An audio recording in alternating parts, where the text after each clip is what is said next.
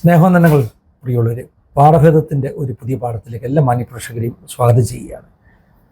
കഴിഞ്ഞ 2 ദിവസങ്ങൾക്ക് മുമ്പ് കേരളത്തിൽ ഒരു കൊച്ചുകുട്ടി, 10 വയസ്സ് മാത്രമുള്ള ഒരു കൊച്ചുകുട്ടി ആത്മഹത്യ ചെയ്യാൻ വേണ്ടി പണിതീരാത്ത ഒരു ബിൽഡിങ്ങിൻ്റെ മുകളിൽ കയറി നിന്ന ആ ഒരു കാഴ്ച എനിക്ക് തോന്നുന്നു ഇതിനോടകം നമ്മുടെ പ്രേക്ഷകർ കണ്ടു കാണും.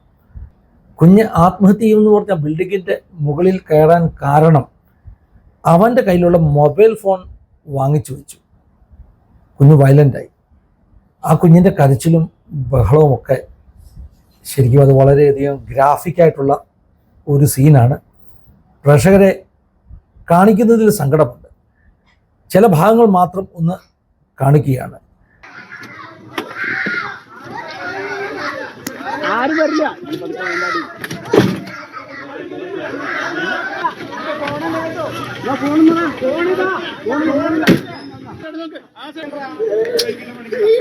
എന്താടാ ഉണ്ണിയ പഠിക്കണ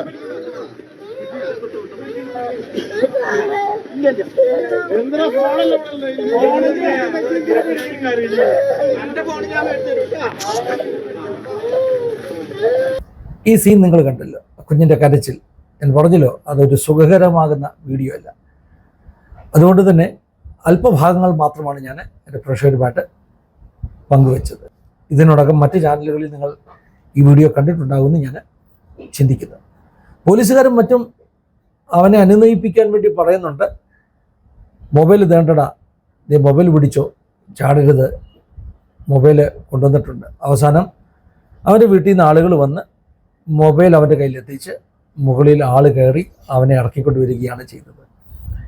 ഈ ഒരു കാഴ്ച കണ്ടപ്പോൾ ഈ കുഞ്ഞുങ്ങളുടെ മൊബൈൽ അഡിക്ഷൻ, കുഞ്ഞുങ്ങളുടെ മാത്രമല്ല പ്രായമുള്ളവരുടെയും സ്ക്രീൻ അഡിക്ഷനെക്കുറിച്ച് ഒരു വീഡിയോ ചെയ്യണമെന്നുള്ളത് ഞാൻ കുറേ നാളായി ആഗ്രഹിക്കുന്ന കാര്യമാണ്.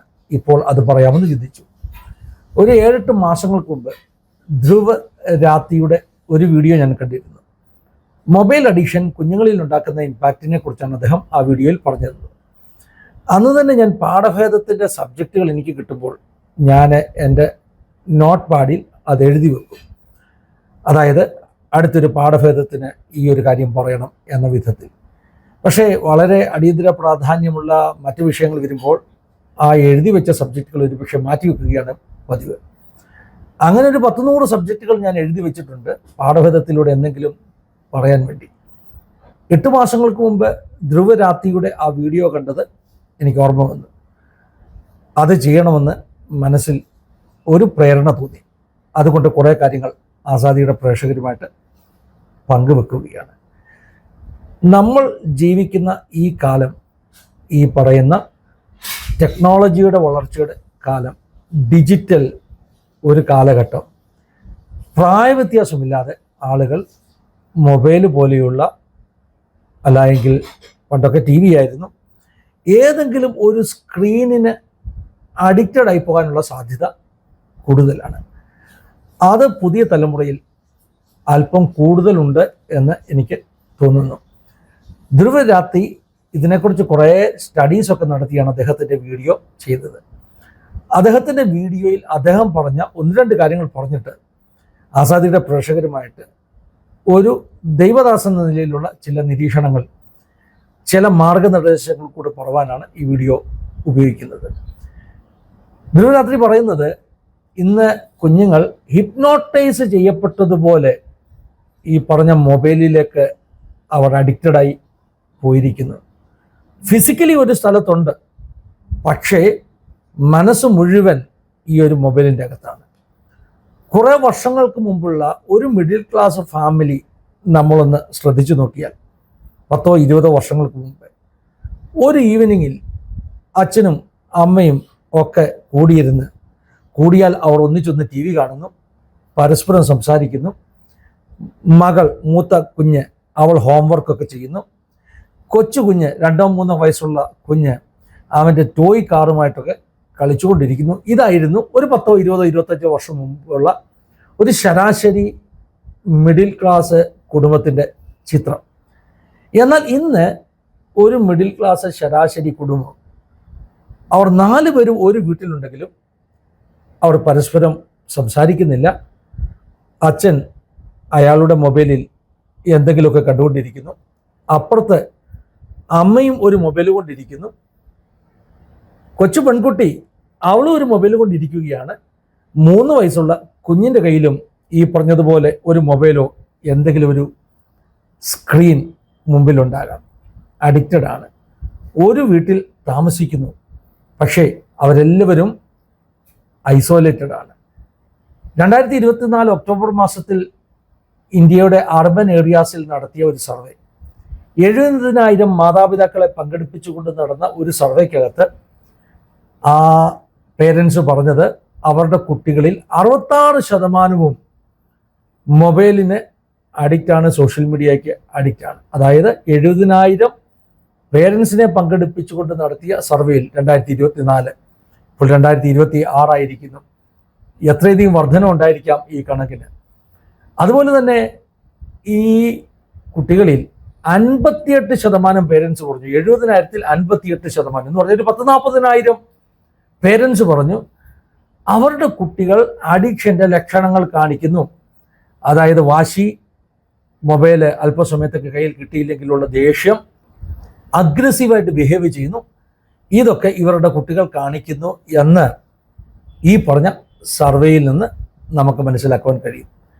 വേൾഡ് ഹെൽത്ത് ഓർഗനൈസേഷൻ്റെ ഒരു നിർദ്ദേശമനുസരിച്ച് 2 വയസ്സിൽ താഴെയുള്ള കുട്ടികളെ ഒരു കാരണവശാലും ഇതുപോലെയുള്ള എന്തെങ്കിലും ഒരു സ്ക്രീൻ കാണിക്കാൻ പാടില്ല. സ്ക്രീൻ ടൈം എന്ന് പറയും. ഒരാൾക്ക് ഒരു ദിവസം TV ആകട്ടെ, മൊബൈൽ ആകട്ടെ, ഐപാഡ് ആകട്ടെ, ലാപ്ടോപ്പ് ആകട്ടെ, ഒരു സ്ക്രീനിൽ അനുവദിക്കപ്പെട്ട സമയം 2 വയസ്സുള്ള കുട്ടികൾ, 2 വയസ്സിന് താഴെയുള്ള കുട്ടികൾക്ക് അത് 0 0 ആണ്, കാണിക്കാനേ പാടില്ല. പക്ഷെ സത്യം എന്താണ്? സത്യം നമ്മുടെ കൊച്ചുകുട്ടികൾ പോലും 10 മാസം 1 വയസ്സുള്ള കുട്ടിയെ പോലും നമ്മൾ മൊബൈൽ കാണിച്ചാണ് ആ കുഞ്ഞിന് ഫുഡ് കൊടുക്കുന്നത് പോലും. കുഞ്ഞിനെ മൊബൈലിൽ കാണിച്ചുകൊണ്ട് എന്തെങ്കിലും ഒരു കാർട്ടൂൺ ആകാം, എന്തെങ്കിലും കാണിച്ചുകൊണ്ട്, കുഞ്ഞിന് ഇൻട്രസ്റ്റ് ഉള്ള എന്തെങ്കിലും കാണിച്ചുകൊണ്ട് നമ്മൾ അവനെ ഫുഡ് കഴിപ്പിക്കുന്നു. ഇനിയും ഒന്നുകൂടെ പറഞ്ഞാൽ, കുഞ്ഞുങ്ങളെ ശാന്തരാക്കാൻ വേണ്ടി നമ്മൾ ഉപയോഗിക്കുന്ന ഒരു മാർഗം കയ്യിലൊരു മൊബൈൽ കൊടുക്കുക. നമുക്ക് നമ്മുടെ പണി നടക്കുമല്ലോ, നമ്മളെ ഡിസ്റ്റർബ് ചെയ്യത്തില്ലല്ലോ. കുഞ്ഞ് മൊബൈലുമായിട്ടിരിക്കും. ഇതിൻ്റെ പ്രശ്നം എന്താണ്? ഞാൻ പറഞ്ഞല്ലോ, 2 വയസ്സിൽ താഴെയുള്ള കുട്ടികൾക്ക് മൊബൈൽ കൊടുക്കല്ല എന്നുള്ളതാണ് വേൾഡ് ഹെൽത്ത് ഓർഗനൈസേഷൻ്റെ നിർദ്ദേശം. 2 മുതൽ 4 വരെ വയസ്സുള്ള കുട്ടികൾക്ക് ഒരു ദിവസം 1 മണിക്കൂർ മാത്രമേ മൊബൈൽ കൊടുക്കുവാൻ പാടുള്ളൂ എന്ന് ഈ പറഞ്ഞ WHO പറയുന്നു. പക്ഷേ അങ്ങനെയൊന്നുമല്ലല്ലോ. നമ്മുടെ ഒരു 4 വയസ്സുള്ള 5 വയസ്സുള്ള കുട്ടി എത്ര മണിക്കൂറാണ് ഈ സ്ക്രീൻ ടൈമായിട്ട് അവന് നമ്മൾ കൊടുക്കുന്നത്? മണിക്കൂറുകൾ ആ കുട്ടി മൊബൈലിൽ അല്ലെങ്കിൽ എന്തെങ്കിലും സ്ക്രീനിൽ അവൻ കുടുങ്ങിക്കിടക്കുന്നു. അതുകൊണ്ടുണ്ടാകുന്ന പ്രശ്നങ്ങൾ എന്താണെന്ന് നമ്മൾ മനസ്സിലാക്കണം. വളരെ പ്രധാനപ്പെട്ട ഒരു പ്രശ്നം ഇതുകൊണ്ടുണ്ടാകുന്ന അഡിക്ഷനാണ്. അഡിക്ഷൻ എന്ന് പറയുമ്പോൾ അതിന് സയൻറ്റിഫിക് ആയിട്ടുള്ള കാരണങ്ങൾ ഉണ്ടെന്ന് ഈ മെഡിക്കൽ ശാസ്ത്രത്തിൽ അറിവുള്ളവർ പറയുന്നു. അതായത് ഈ എൻ്റർടൈൻമെൻ്റ് ഉള്ള ഇങ്ങനെയുള്ള ചിത്രങ്ങൾ കണ്ടുകൊണ്ടിരിക്കുമ്പോൾ കുട്ടിയുടെ ശരീരത്തിൽ റിലീസാകുന്ന ഡോപ്പമിൻ ഒരു ഹോർമോണാണ് അല്ലേ? അത് സന്തോഷത്തിൻ്റെ ഹോർമോണാണ്. അങ്ങനെ ഡോപ്പമിൻ റിലീസാകുന്നത് കൊണ്ട് കുട്ടിക്ക് കിട്ടുന്ന ഒരു സന്തോഷം, ആ സന്തോഷം ഒന്ന് ബ്രേക്ക് ആയി കഴിഞ്ഞാൽ കുട്ടി വയലൻ്റ് ആകുന്നു. കാരണം ഡോപ്പമിൻ റിലീസ് ചെയ്തുകൊണ്ടിരിക്കുമ്പോഴുള്ള സന്തോഷം ക്രമേണ കുട്ടിയെ ആ ഡോപ്പമിൻ്റെ ആ റിലീസിന് അടിമയാക്കുന്നു എന്നുള്ളതാണ് സത്യം. മൊബൈൽ വാങ്ങിച്ചു കഴിഞ്ഞാൽ അഡിക്ഷൻ ഉണ്ടായതുകൊണ്ട് കുട്ടി വയലൻ്റ് ആകുന്നു, ബഹളമുണ്ടാക്കുന്നു, അക്രമാസക്തനാകുന്നു. ഇപ്പോൾ നമ്മൾ കണ്ട ആ വീഡിയോയിലെ കുട്ടിക്കും അതാണ് സംഭവിച്ചത്. ഇതൊരു ചെറിയ പ്രശ്നമല്ല. ഈ കൊച്ചുകുട്ടികളെ മൊബൈൽ കാണിക്കുന്നത് കൊണ്ട് മാരകമാകുന്ന പ്രശ്നങ്ങൾ ഈ കുട്ടിയുടെ ജീവിതത്തിൽ ഉണ്ടാകാം. ഈ ചില കമ്പ്യൂട്ടർ ഗെയിമുകൾ, അതുപോലെ തന്നെ ചില ഈ കുട്ടികളെ ടാർഗറ്റ് ചെയ്യുന്ന വീഡിയോസ്, ഇതിനൊക്കെ കുട്ടികളുടെ മാനസിക സ്ഥിതിയെ കൺട്രോൾ ചെയ്യാനുള്ള വലിയ ശക്തിയുള്ളതായി പറയപ്പെടുന്നു. നമുക്കറിയാവുന്ന പല ആളുകളുടെ ജീവിതത്തിലും കുട്ടികളുടെ ജീവിതത്തിലും സംഭവിച്ചതാണ് ഈ പറഞ്ഞ മൊബൈൽ അഡിക്ഷൻ എന്ന ഒറ്റ കാരണം കൊണ്ട് അവരുടെ ഈ പറഞ്ഞ സോഷ്യൽ സർക്കിളിലുള്ള അവരുടെ കമ്മ്യൂണിക്കേഷൻ ഇല്ലാതാകുന്നു. കൊച്ചുകുട്ടിയായിരുന്നപ്പോൾ സംസാരിച്ചു കൊണ്ടിരുന്ന കുട്ടി കുറെ കഴിഞ്ഞപ്പോൾ പൂർണ്ണമായും സംസാരം നിർത്തിയ അനുഭവങ്ങൾ പലയിടത്തും കേട്ടിട്ടുണ്ട്. ഡോക്ടറുടെ അടുക്കൽ കൊണ്ടുവന്നപ്പോൾ അത് ഓട്ടിസം ആണെന്ന് ഡോക്ടർ വിധി എഴുതി. പക്ഷേ ഈ കുട്ടി ജനിച്ചപ്പോഴും 2-3 വയസ്സ് വരെ വളർന്നപ്പോഴും അങ്ങനെയല്ലായിരുന്നു. ഇടയ്ക്ക് കയറി വന്ന മൊബൈൽ അഡിക്ഷൻ ഈ കുട്ടിയെ സംസാരം തന്നെ നിർത്തൽ ചെയ്യുന്ന ഒരവസ്ഥയിലേക്ക് എത്തിച്ചു. ഞാൻ പറഞ്ഞല്ലോ, ചില കമ്പ്യൂട്ടർ ഗെയിമുകൾ തന്നെ കുട്ടിയുടെ മാനസിക നിലയെ ബാധിക്കുന്ന തരത്തിൽ ഒക്കെ പ്രവർത്തിക്കുവാൻ കഴിവുള്ളതാണ്. അതുകൊണ്ട് നമ്മൾ ഈ കാര്യത്തിലൊക്കെ വളരെ ശ്രദ്ധയുള്ളവരായിരിക്കും. ചിലപ്പോഴൊക്കെ നമ്മുടെ കൊച്ചു കുട്ടികൾ ഈ മൊബൈലിൽ ഇങ്ങനെ തോണ്ടി കളിക്കുമ്പോൾ നമ്മൾ പറയും, കണ്ടില്ലേ, എല്ലാം അറിയാം കൊച്ചിന്. അതായത് എൻ്റെ കൊച്ചിനെ ഒന്നും പഠിപ്പിച്ചു കൊടുക്കേണ്ട ആവശ്യമില്ല. 1 വയസ്സ് 2 വയസ്സായപ്പോഴേ തോണ്ടി അവന് ഇഷ്ടമുള്ളത് എടുക്കാൻ അവൻ പഠിക്കുമ്പോൾ നമ്മൾ അഭിമാനത്തോടാണ് പറയുന്നത്. പക്ഷേ നമ്മുടെ കുട്ടിയുടെ കയ്യിൽ നമ്മൾ തന്നെ അപകടകരമാകുന്ന ഒരു സാധനം ഏൽപ്പിച്ചിരിക്കുന്നു. അത് ആ കുട്ടിയെ നശിപ്പിക്കുകയാണെന്നുള്ള ബോധം നമുക്കില്ലാതെ പോകുന്നു എന്നുള്ളതാണ് ഏറ്റവും സങ്കടകരമാകുന്ന അവസ്ഥ. അതുകൊണ്ട് ഒരു ഉറച്ച തീരുമാനം മാതാപിതാക്കൾ എടുക്കണം. കൊച്ചുകുട്ടികളുടെ കയ്യിൽ മൊബൈൽ കൊടുക്കാൻ പാടില്ല, പ്രത്യേകിച്ച് 2 വയസ്സിൽ താഴെയുള്ള കുട്ടികളുടെ കയ്യിൽ. മറ്റ് ചെറിയ കുട്ടികൾ 3-4 വയസ്സുള്ള കുട്ടികൾക്കൊക്കെ നിയന്ത്രണം ഏർപ്പെടുത്തുക. അവർക്ക് അനുവദിച്ച സ്ക്രീൻ ടൈം എന്താണെന്ന് അവരെ ബോധ്യപ്പെടുത്തുക. കഴിഞ്ഞ ദിവസം ഒരു ദേവദാസനുമായി സംസാരിക്കുമ്പോൾ അദ്ദേഹം പറഞ്ഞു, ഇങ്ങനെ മൊബൈൽ വഴി, അതായത് ഈ പറഞ്ഞ മൊബൈൽ ഗെയിം, അത് ഒരു പർട്ടിക്കുലർ ഗെയിം, ആ ദേവദാസൻ എന്നോട് പറഞ്ഞത് അങ്ങനെയുള്ള ഗെയിം പടച്ചു വിടുന്നതിൻ്റെ പിന്നിൽ ഈ സാത്താൻ സഭകളുടെ കൈയുണ്ടെന്നാണ് പറഞ്ഞത്. കാരണം ആ ഗെയിം ആ കുട്ടിയെ ഒരു തരത്തിലുള്ള അഡിക്ഷനിലേക്ക് കൊണ്ടുപോകുന്നു. കംപ്ലീറ്റ്ലി കുട്ടി നിശബ്ദയാകുന്നു.